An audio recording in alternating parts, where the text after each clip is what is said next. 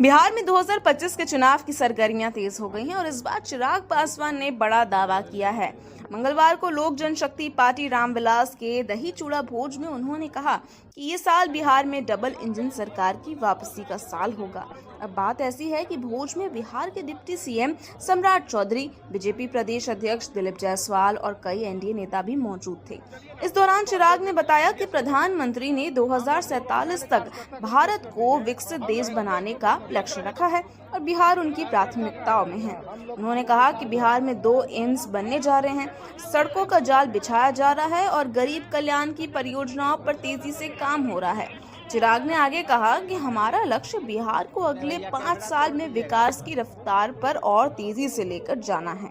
मकर संक्रांति के दिन हमारे संकल्प को मजबूती मिलेगी। अब आइए सुनते हैं कि चिराग पासवान ने क्या कहा।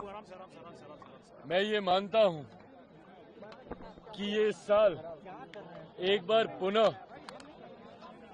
बिहार की राजनीति में एक डबल इंजन की सरकार बनाने वाला साल ये होगा, जहां केंद्र में एनडीए की सरकार तो वहीं बिहार में पुनः इस बार एनडीए की सरकार को बिहार की जनता चुनने का फैसला लेगी और ये डबल इंजन की सरकार मिलकर अगले 5 सालों में बिहार को विकास की राह पर और तीव्र गति से आगे लेकर जाने का ये कार्य करेगी।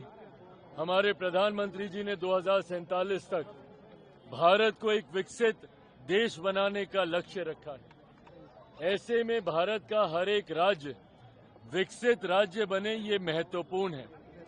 इसीलिए जिस तरीके से एक के बाद एक तमाम बड़ी परियोजनाओं को केंद्र सरकार के द्वारा बिहार में लाया गया है, ये अपने में दर्शाता है कि प्रधानमंत्री जी की प्राथमिकताओं में हमारा राज्य है। जहां कभी बिहार में देश में मात्र 2 एम्स होते थे, अब बिहार में 2 एम्स हमारे होने जा रहे हैं। सड़कों का जाल हो या केंद्र की गरीब कल्याण की तमाम परियोजनाओं हो, इस सोच के साथ कि बिहार जल्द एक विकसित राज्य बने, हमारी केंद्र की सरकार, हमारी बिहार की सरकार मिलकर कार्य करने का प्रयास कर रही है। मैं मानता हूं कि आज मकर संक्रांति के दिन हमारी उस सोच को, हमारे उस संकल्प को और मजबूती देने का कार्य करेगी और मजबूती के साथ हमारे एनडीए के तमाम नेता, कार्यकर्ता, सांसद, विधायक, मंत्री और मजबूती से आने वाले समय में कार्य करेंगे। एक बार फिर से आप सबके माध्यम से आप सबको, आपके परिवार वालों को और पूरे बिहार की जनता को मकर संक्रांति की ढेर सारी शुभकामनाएं।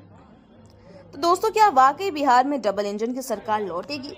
ये देखना दिलचस्प होगा।